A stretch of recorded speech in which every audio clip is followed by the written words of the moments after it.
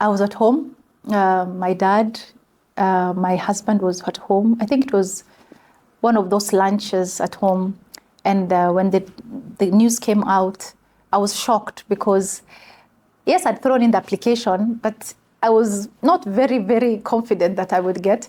Because, such a position, you'd always think it's older people, people with PhDs, people with serious connections. I was just this girl in her 30s, struggling to find her footing in this world of today. And I was very excited. First thing I did was, my dad and my husband told me, pray 2 rak'ahs right away.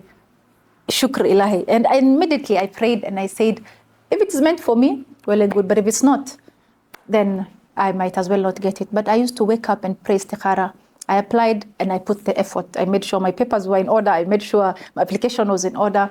And alhamdulillah, I got chosen to be among the 51 PSs. There are 51 principal secretaries, that is plus the Solicitor General. And we have 22 cabinet secretaries. And funny enough, I am the only Muslim lady. I feel like it's a great honor.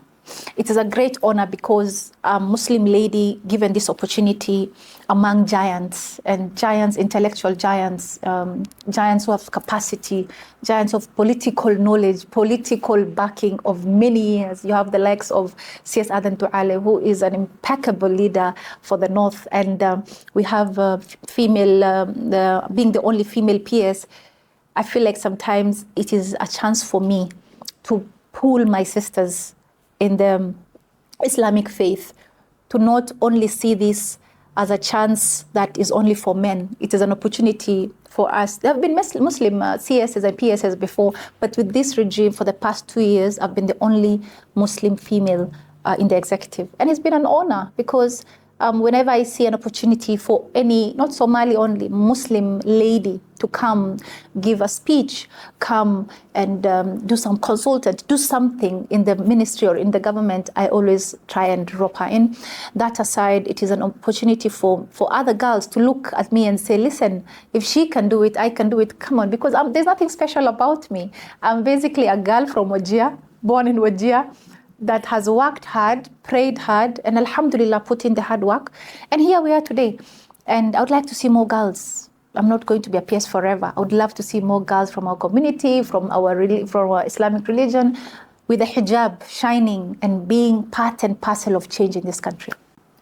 I've achieved so much. I have gained so much knowledge. I have helped so many Kenyans from Turkana to Lamu to Kisumu to Kajiado to understand that having a cultural identity as a Kenyan is of utmost importance. Culture is deemed as a department that is more of soft power and soft knowledge vis-a-vis infrastructural development. But you see, for us as a Kenyan people, we need to inculcate that in our children, that patriotism and having a pride in your cultural identity is very important. So I've achieved that by going across this country. We have festivals coming up. I have the Ma Cultural Festival coming up. We have the Turkana Cultural Festival coming up. And the good thing with His Excellency the President, he finds time to attend and appreciate our cultural festivals. So for me, it is a win when I see festivals across, when I'm called for a singer, when I'm called for a Somali Cultural Festival, when I'm called for Lamu Cultural Festival, and I'm called to Mombasa, I'm called to Turkana. It gives me so much pride as a PS, because our creatives, our artists, and our museums, not to forget, it is a place where I have tried to change that narrative of believing that museums are for the old. It's a cake, it's boring, culture is just for, old people. I am the PS for culture and heritage. I mean, you can't get younger than this. I mean, so it's cool to have a PS who understands the needs that the changing times. We're on social media. A click of a button takes your kid to a site which you would not like them to see.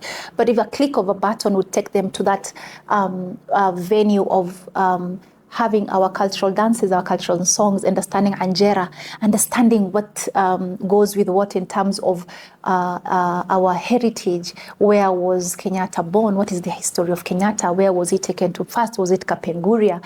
Why Kapenguria 6? Who else was there? What happened to Tom Mboya? That history of nostalgic patriotism is what I have as a person, and I am happy that I have inculcated that in many Kenyan children across this country. Yes, in terms of culture, we've had, first of all, we redid the museum in Wajir, the only museum that we have in northern Kenya.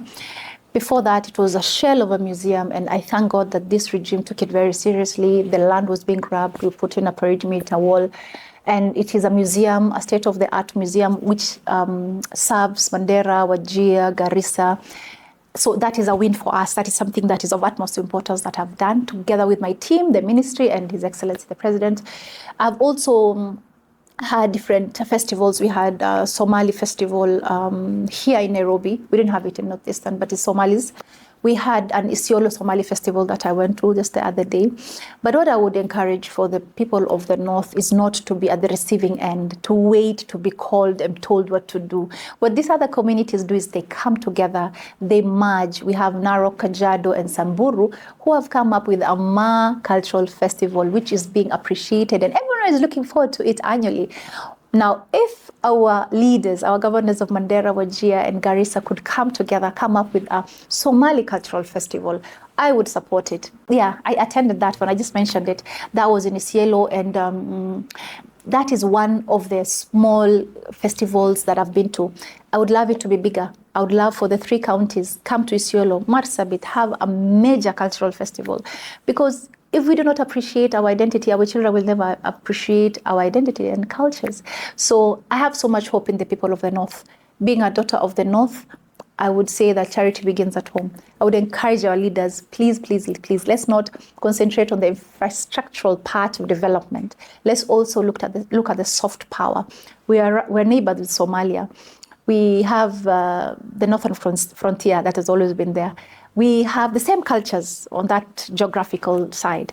And having our leaders who are very, very hardworking and they have capacity. The current leaders are serious people who, if you told them today, this is the idea I have in mind, they would run with it. And I've no doubt that my 3 brothers from those 3 counties will run with this idea, because we support, as a national government, we support, but we want the idea to come from you. We want you to come to us and say, listen, we have come with this idea, help us support it.